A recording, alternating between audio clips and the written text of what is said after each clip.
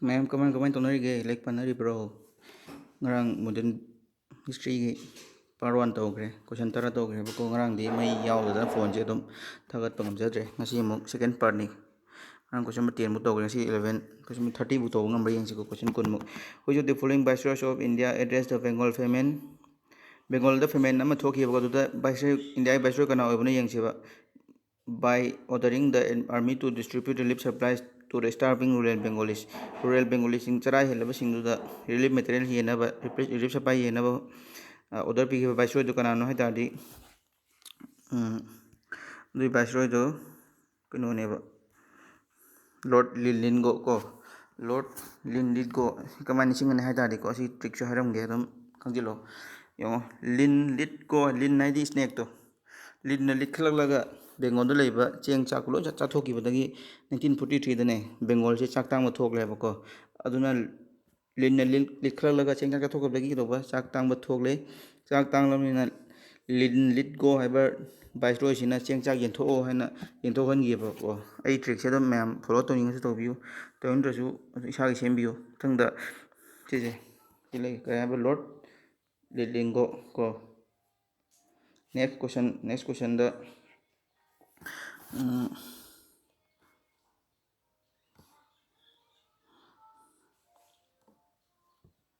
ꯀꯣ. Which of the following viceroy appointed as Hunter Commission 1882? 1882ꯗ hunter ꯀꯃꯤꯁꯟꯁꯤ ꯀꯔꯝꯕ ꯚꯥꯏꯁꯔꯣꯏꯅ form ꯇꯧꯈꯤ ꯍꯥꯏ ꯇꯥꯔꯗꯤ ꯀꯅꯥꯅ ꯐꯣꯝ ꯇꯧꯒꯦ ꯃꯇꯝꯗ ꯂꯣꯔꯗ ꯔꯤꯄꯣꯟꯅ ꯀꯣ. ꯂꯣꯔꯗ ꯔꯤꯄꯣꯟꯁꯤ ꯌꯥꯝ ꯃꯃꯤꯡ ꯆꯠꯄ ꯚꯥꯏꯁꯔꯣꯏ ꯑꯃꯅꯤ ꯀꯣ. ꯃꯥꯁꯦ 1882ꯗ ꯚꯥꯏꯁꯔꯣꯏ ꯑꯣꯏꯕꯁꯤꯗ ꯃꯥꯅ ꯀꯩꯀꯩ ꯇꯧꯔꯝꯃꯦ ꯍꯥꯏ ꯇꯥꯔꯗꯤ, ꯃꯃꯤꯡ ꯆꯠꯄ ꯃꯥꯅ ꯀꯩꯀꯩ ꯇꯧꯔꯝꯃꯦ, ꯂꯣꯀꯦꯜ ꯁꯦꯜꯐ ꯒꯣꯕꯔꯟꯃꯦꯟ ꯃꯥꯏ ꯃꯇꯝꯗ ꯇꯧꯔꯝꯃꯤ. ꯂꯣꯔꯗ ꯔꯤꯄꯣꯟꯒꯤ ꯃꯇꯝꯗ ꯀꯩ ꯇꯧꯔꯝꯃꯤ, ꯂꯣꯀꯦꯜ ꯁꯦꯜꯐ ꯒꯣꯕꯔꯟꯃꯦꯟ ꯇꯧꯔꯝꯃꯤ. ꯑꯗꯒꯤ ꯃꯥꯅ ꯕꯔꯅꯦꯀꯨꯂꯔ ꯄ꯭ꯔꯦꯁ ꯑꯦꯛ ꯔꯤꯄꯤꯜ ꯇꯧꯔꯝꯃꯤ. ꯔꯤꯄꯤꯜ ꯍꯥꯏꯗꯤ ꯂꯧꯊꯣꯛꯄ ꯀꯣ. ꯕꯔꯅꯦꯀꯨꯂꯔ ꯄ꯭ꯔꯦꯁ ꯑꯦꯛꯇꯨ ꯂꯣꯔꯗ ꯂꯥꯏꯇꯣꯟꯅ ꯍꯥꯡꯉꯝꯕꯅꯦꯕ. ꯑꯗꯨ ꯂꯧꯊꯣꯛꯄ, ꯔꯤꯞ ꯇꯧꯕꯅ ꯀꯅꯥ ꯇꯧꯔ, ꯂꯣꯔꯗ ꯔꯤꯄꯣꯟꯅ ꯇꯧꯔꯝꯕꯅꯦ. ꯑꯁꯤꯅꯆꯤꯡꯕ ꯃꯥꯒꯤ ꯂꯣꯀꯦꯜ ꯁꯦꯜꯐ ꯒꯣꯕꯔꯟꯃꯦꯟ ꯂꯤꯡꯈꯠꯂꯝꯃꯤ. ꯑꯗꯨꯒ ꯍꯟꯇꯔ ꯀꯃꯤꯁꯟ ꯃꯥꯏ ꯃꯊꯧ ꯇꯧꯔꯝꯃꯤ. ꯑꯁꯤꯒꯨꯝꯕ ꯈꯔ ꯃꯔꯨꯑꯣꯏꯕꯁꯤꯡꯁꯦ ꯚꯥꯏꯁꯔꯣꯏ, ꯑꯩꯈꯣꯏꯅ ꯚꯥꯏꯁꯔꯣꯏ ꯃꯇꯥꯡꯗ ꯃꯔꯨꯑꯣꯏꯕꯁꯤꯡꯁꯦ ꯂꯣꯏ ꯈꯪꯖꯤꯟꯒꯗꯕꯅꯦꯀꯣ. ꯚꯥꯏꯁꯔꯣꯏ ꯈꯨꯗꯤꯡꯃꯛꯀꯤ ꯍꯥꯏꯇꯥꯔꯦ. ꯈꯨꯗꯝ ꯑꯣꯏꯅ ꯑꯩꯈꯣꯏꯒꯤ ꯁꯤꯚꯤꯜ ꯁꯥꯔꯚꯤꯁꯀꯤ ꯐꯥꯗꯔ ꯀꯔꯝꯕ ꯚꯥꯏꯁꯔꯣꯏꯕꯨ ꯈꯪꯅꯩ ꯍꯥꯏ ꯇꯥꯔꯗꯤ ꯂꯣꯔꯗ ꯀꯣꯔꯟꯋꯥꯂꯤꯁ ꯑꯗꯨꯃꯥꯏꯅ ꯀꯣ. ꯑꯗꯨꯒ ꯔꯦꯚꯤꯅ꯭ꯌꯨ ꯁꯤꯁꯇꯦꯝ, ꯖꯃꯤꯟꯗꯥꯔꯤ ꯁꯤꯁꯇꯦꯝꯒꯨꯝꯕꯁꯤ ꯀꯅꯥ ꯍꯧꯗꯣꯛꯑꯝꯃꯤ ꯍꯥꯏ ꯇꯥꯔꯗꯤ ꯂꯣꯔꯗ ꯀꯣꯔꯟꯋꯥꯂꯤꯁꯅ ꯍꯧꯗꯣꯛꯑꯝꯃꯤ. ꯁꯨꯃꯥꯏꯅ ꯈꯔ ꯈꯟꯒꯗꯕꯅꯦꯀꯣ. ꯑꯗꯩ ꯀꯣꯏꯁꯟ ꯅꯝꯕꯔ 13ꯗ ꯍꯥꯏꯁꯤ ꯀꯩꯅꯣ ꯃꯇꯝꯗ The Hunter Commission was a group of 7 members of parliament. ꯀꯔꯝꯕ ꯍꯟꯇꯔ ꯀꯃꯤꯁꯟꯅ ꯐ꯭ꯔꯦꯁꯔ ꯁꯔꯖꯦꯟꯂ ꯁꯥꯏꯃꯣꯟꯂ ꯁꯤ ꯌꯦꯡꯁꯦꯕꯀꯣ. ꯌꯦꯡꯉꯣ, ꯀꯩꯅꯣ ꯃꯇꯝꯗ ꯑꯍꯥꯡꯕ ꯂꯩꯔꯦ. Was a group of 7 members of parliament from United Kingdom to suggest constitutional reforms in India. ꯁꯤꯗꯤ ꯁꯥꯏꯃꯣꯟ ꯀꯃꯤꯁꯟ ꯑꯣꯏꯗꯣꯏꯅꯤꯀꯣ. ꯁꯤꯗꯤ ꯁꯥꯏꯃꯣꯟ ꯀꯃꯤꯁꯟ ꯃꯤ 3 ꯌꯥꯎꯋꯦꯕ. ꯁꯤꯗ ꯃꯥꯏ ꯂꯨꯆꯤꯡꯕꯗꯣ ꯖꯣꯟ ꯁꯥꯏꯃꯟ ꯀꯧꯋꯦꯕꯀꯣ. ꯑꯗꯨꯅ ꯃꯣꯏꯁꯨ ꯍ꯭ꯋꯥꯏꯠ ꯃꯦꯝꯕꯔ ꯉꯥꯛꯇ ꯑꯣꯏꯌꯦ ꯍꯥꯏꯗꯨꯅ ꯏꯟꯗꯤꯌꯥꯒꯤ ꯃꯆꯥꯁꯤꯡꯅ ꯂꯥꯟ ꯍꯧꯔꯒ ꯃꯇꯝꯁꯤꯗ ꯂꯂꯥ ꯂꯥꯖꯄꯠ ꯔꯥꯏꯗꯣ ꯍꯥꯠꯈꯤꯕ. ꯑꯗꯨꯒꯤ ꯃꯈꯥ ꯇꯥꯕ ꯋꯥꯔꯤ ꯃꯌꯥꯝ ꯂꯩꯈ꯭ꯔꯦ. ꯑꯗꯨꯒ ꯃꯇꯥꯡ ꯆꯥꯅ ꯂꯥꯛꯁꯦ. ꯑꯗꯨꯅ ꯁꯤꯗꯤ ꯁꯥꯏꯃꯣꯟ ꯀꯃꯤꯁꯟ ꯑꯣꯏꯔꯅꯤ. ꯀꯔꯤ ꯑꯣꯏꯔꯅꯦꯕ, ꯗꯤꯁꯦ ꯁꯥꯏꯃꯣꯟ ꯀꯃꯤꯁꯟ ꯀꯣ. ꯗꯤ ꯑꯣꯏꯔꯦꯀꯣ, ꯁꯥꯏꯃꯣꯟ ꯀꯃꯤꯁꯟ. ꯃꯊꯪꯗ ꯀꯣꯏꯁꯟ ꯅꯝꯕꯔ 14 ꯑꯃꯨꯛ ꯌꯦꯡꯁꯤ. ꯀꯣꯏꯁꯟ 14 ꯍꯥꯏꯁꯦ ꯑꯦꯁ ꯔꯤꯑꯦꯛꯁꯟ ꯇꯨ ꯔꯨꯔꯦꯜ ꯑꯦꯛ. ꯔꯨꯔꯦꯜ ꯑꯦꯛꯇ ꯔꯤꯑꯦꯛꯁꯟ ꯄꯤꯕ ꯑꯣꯏꯅ ꯀꯔꯝꯕ ꯊꯥꯗ ꯑꯣꯔꯒꯅꯥꯏꯖ ꯇꯧꯈꯤꯒꯦ ꯍꯥꯏꯕꯅꯦꯕꯀꯣ. ꯅꯦꯁꯅꯦꯜ ꯍ꯭ꯌꯨꯃꯤꯂꯦꯁꯟ ꯗꯦ ꯑꯃ. ꯑꯩꯈꯣꯏ ꯍ꯭ꯌꯨꯃꯤꯂꯦꯁꯟ ꯗꯦ ꯍꯥꯏꯗꯤ ꯑꯩꯈꯣꯏ ꯃꯤꯁꯤꯡꯕꯨ ꯑꯣꯠꯄꯤ ꯅꯩꯕꯤꯔꯦ ꯍꯥꯏꯕꯅ ꯔꯨꯔꯦꯜ ꯑꯦꯛꯀ ꯃꯔꯤ ꯂꯩꯅꯅ ꯀꯔꯝꯕ ꯆꯍꯤꯗ ꯀꯔꯝꯕ ꯊꯥꯗ ꯇꯥꯡ ꯀꯌꯥꯗ ꯑꯣꯔꯒꯅꯥꯏꯖ ꯑꯃ ꯇꯧꯒꯦ ꯍꯥꯏ ꯇꯥꯔꯗꯤ ꯃꯁꯤ ꯌꯥꯝꯅ ꯈꯪꯕ ꯃꯔꯨ ꯗꯔꯀꯥꯔ ꯑꯣꯏ. 6 April 1919ꯗ ꯀꯣ. ꯅꯦꯛꯁꯇ in which year ꯍꯥꯏꯗꯤ ꯀꯔꯝꯕ ꯆꯍꯤꯗ. in which year administration of British transferred into the hands of British monarch by proclamation of Queen Victoria. Queen Victoria ꯂꯧꯊꯣꯛꯂꯒ is India company ꯃꯨꯠꯊꯠꯂꯒ ꯕ꯭ꯔꯤꯇꯤꯁꯀꯤ ꯅꯤꯡꯊꯧꯗ ꯑꯦꯗꯃꯤꯅꯤꯁꯇ꯭ꯔꯦꯁꯟꯗꯤ ꯀꯔꯝ ꯀꯥꯟꯗ ꯁꯤꯟꯅꯈꯤꯕ ꯍꯥꯏ ꯇꯥꯔꯦ. ꯆꯍꯤ ꯀꯔꯝꯕ ꯁꯤꯟꯅꯈꯤꯕꯅꯣ ꯍꯪ ꯇꯥꯔꯗꯤ 1858ꯗ ꯀꯣ. 1858ꯁꯤ ꯌꯥꯝꯅ ꯃꯔꯨꯑꯣꯏꯕ ꯆꯍꯤ ꯑꯃꯅꯤ. 1858ꯗ ꯑꯩꯈꯣꯏ ꯒꯣꯕꯔꯅꯔ ꯖꯦꯅꯔꯦꯜ ꯑꯣꯐ ꯏꯟꯗꯤꯌꯥ ꯍꯥꯏꯅ ꯂꯩꯔꯝꯕꯗꯨ ꯀꯔꯤ ꯍꯥꯏꯅ ꯑꯣꯟꯈ꯭ꯔꯦ ꯍꯥꯏ ꯇꯥꯔꯗꯤ ꯚꯥꯏꯁꯔꯣꯏ ꯍꯥꯏꯅ ꯑꯣꯟꯈ꯭ꯔꯦꯕ. ꯚꯥꯏꯁꯔꯣꯏ ꯉꯁꯥꯏ ꯌꯥꯎꯈꯤꯕꯅꯤ ꯃꯃꯥꯡꯒꯤ ꯄꯔꯥꯗ. ꯑꯗꯨꯒ ꯃꯔꯨꯑꯣꯏꯔꯤꯁꯦ ꯐꯥꯔꯁ ꯚꯥꯏꯁꯔꯣꯏ ꯀꯅꯥꯅꯣ ꯍꯥꯏ ꯇꯥꯔꯗꯤ, ꯃꯇꯝꯗꯨꯗ ꯐꯥꯔꯁ ꯚꯥꯏꯁꯔꯣꯏꯁꯦ ꯑꯩꯈꯣꯏꯒꯤ ꯀꯅꯥ ꯑꯣꯏ ꯍꯥꯏ ꯇꯥꯔꯗꯤ ꯂꯣꯔꯗ ꯀꯦꯅꯤꯡꯅ ꯑꯣꯏꯌꯦꯕꯀꯣ. ꯉꯁꯥꯏ ꯌꯥꯎꯔꯦ, ꯃꯃꯥꯡꯒꯤ ꯆꯦꯞꯇꯔꯗ ꯌꯥꯎꯔꯕꯅꯤ. ꯂꯣꯔꯗ ꯀꯦꯅꯤꯡꯅ ꯑꯣꯏ. ꯑꯗꯨꯒ ꯃꯥꯁꯦ ꯑꯁꯤꯗ ꯁꯦꯀ꯭ꯔꯦꯇꯔꯤ ꯑꯣꯐ ꯏꯁꯇꯦꯠ ꯀꯧꯕ ꯑꯃꯁꯨ ꯍꯧꯗꯣꯛꯂꯦꯕꯀꯣ. ꯁꯦꯀ꯭ꯔꯦꯇꯔꯤ ꯑꯣꯐ ꯏꯁꯇꯦꯠ ꯀꯧꯕ ꯑꯃꯁꯨ ꯍꯧꯗꯣꯛꯂꯦ.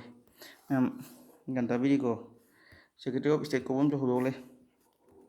ꯑꯗꯨꯅ ꯌꯦꯡꯁꯤ ꯃꯊꯪ ꯄꯔꯥꯃꯨꯛ ꯃꯊꯪ ꯀꯣꯏꯁꯟ ꯌꯦꯡꯁꯤ. ꯀꯣꯏꯁꯟ number 16ꯗ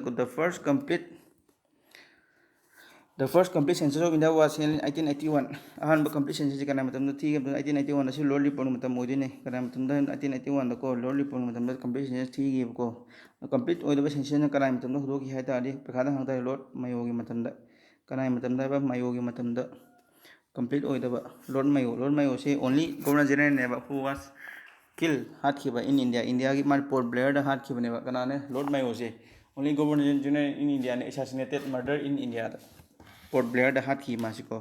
Next, question number 16 yauri ko 17 da ko koi kari lena tam da pre-independent India the British moved capital of India from Kolkata to Delhi.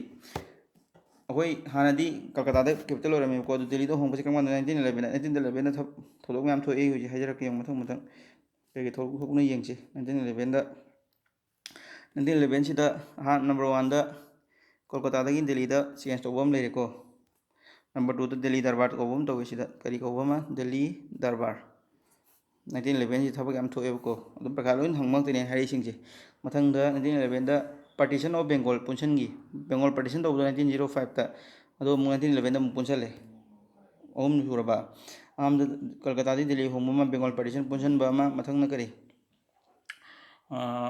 no mathang na do kari Bengal partition adegi Delhi Darbar ko adegi George 5 lakh pokot pa sigi yam le adugi matang yaro khini prakar matang da yeng ase kare machine masi hoigre matang question da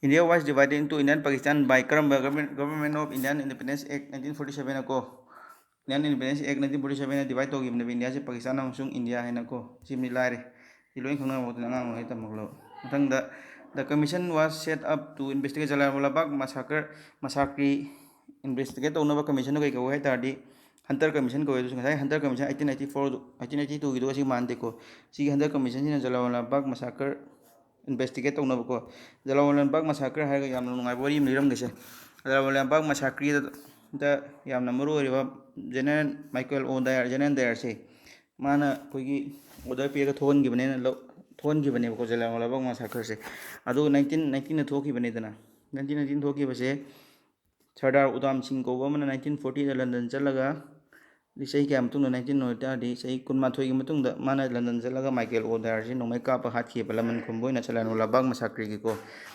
adu hai to ne yare si lere next Jallianwala Bagh massacre also known as Amritsar massacre took place on Jallianwala to na hangi si Manipur Prakha jo hangba yaw gra in thaba exam da ojai prakha da ko kangwan ho ga di 13 aku Manipur Patriots Day do nising oba thaba di manate 13 April 1919 da rural act ki matam da ko si Michael O'Dwyer na order to ro ko mamang ju yaw question yare question tara tam to sin si kun to ri ko silu silagi ko noi noi te comment da makha da haibiramu improve ho hiningo matang jo haibiramu thank you